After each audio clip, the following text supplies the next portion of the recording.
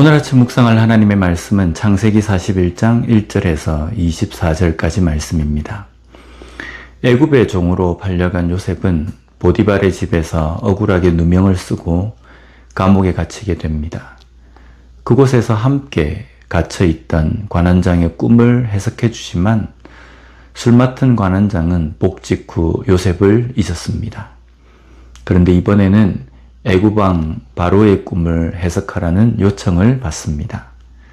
우리는 여기에서 한 가지 생각해 보아야 할 것이 있습니다. 요셉은 정작 다른 사람의 꿈은 해석해 주고 그 꿈이 성취되는 것을 보지만 정작 자신의 꿈이 성취되는 것은 보지 못합니다. 오히려 삶은 더 어려움에 처하고 억울한 누명까지 쓰게 됩니다. 이쯤 되면 요셉은 꿈이 지긋지긋하지 않을까요? 도대체 나에게 꿈은 무엇일까?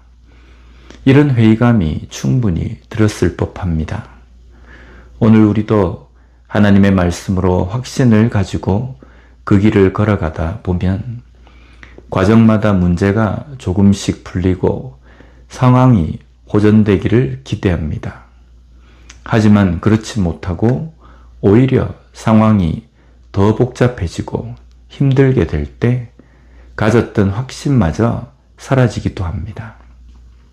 그럴 때 우리에게 필요한 것이 바로 인내와 오래 참음입니다. 우리 그리스도인들이 재림신앙으로 주님 오실 때를 기다리며 살지만 재림의 때가 드디어 오는 것 같을 때 어떻게 됩니까? 영적으로 해이해져 버립니다.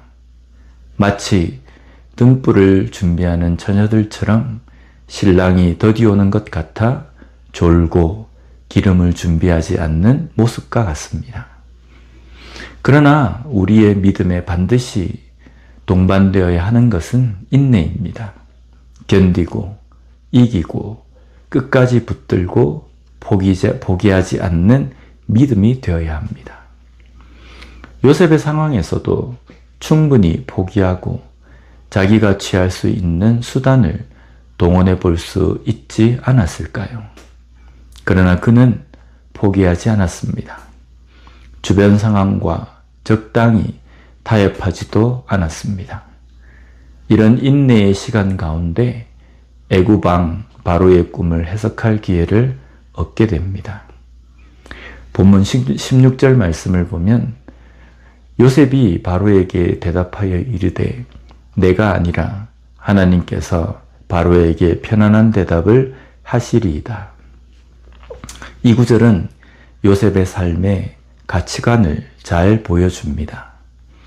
꿈을 해석하고 그 결과가 성취되는 신비로운 일을 자신의 능력이 아닌 하나님께서 하신 일로 돌리고 있습니다. 정말 극적으로 찾아온 기회입니다. 이 기회를 놓치면 다시는 기회가 오지 않을 수 있습니다. 보통 사람이라면 적극적으로 자기를 부각시키고 자신이 얼마나 대단한 꿈 해석자인지를 어필했을 것입니다. 하지만 요셉은 자기가 아닌 하나님께서 하신 이름을 말합니다. 바로는 하나님을 믿지 않는 사람이며 애굽 사람들은 바로를 신의 아들로 숭배했습니다. 이런 상황에서 하나님과 그분의 능력을 내세우는 것은 자칫 화를 자초할 수도 있는 일입니다. 우리라면 어떻겠습니까? 이런 위기의 순간에 평소 나의 가치관이 어디에 맞춰져 있는지가 여실히 드러납니다.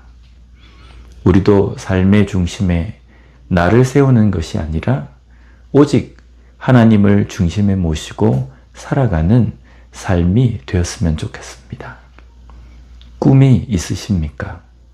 그 꿈을 하나님께서 주셨음을 확신하십니까? 그렇다면 인내를 가지고 포기하지 않아야 합니다.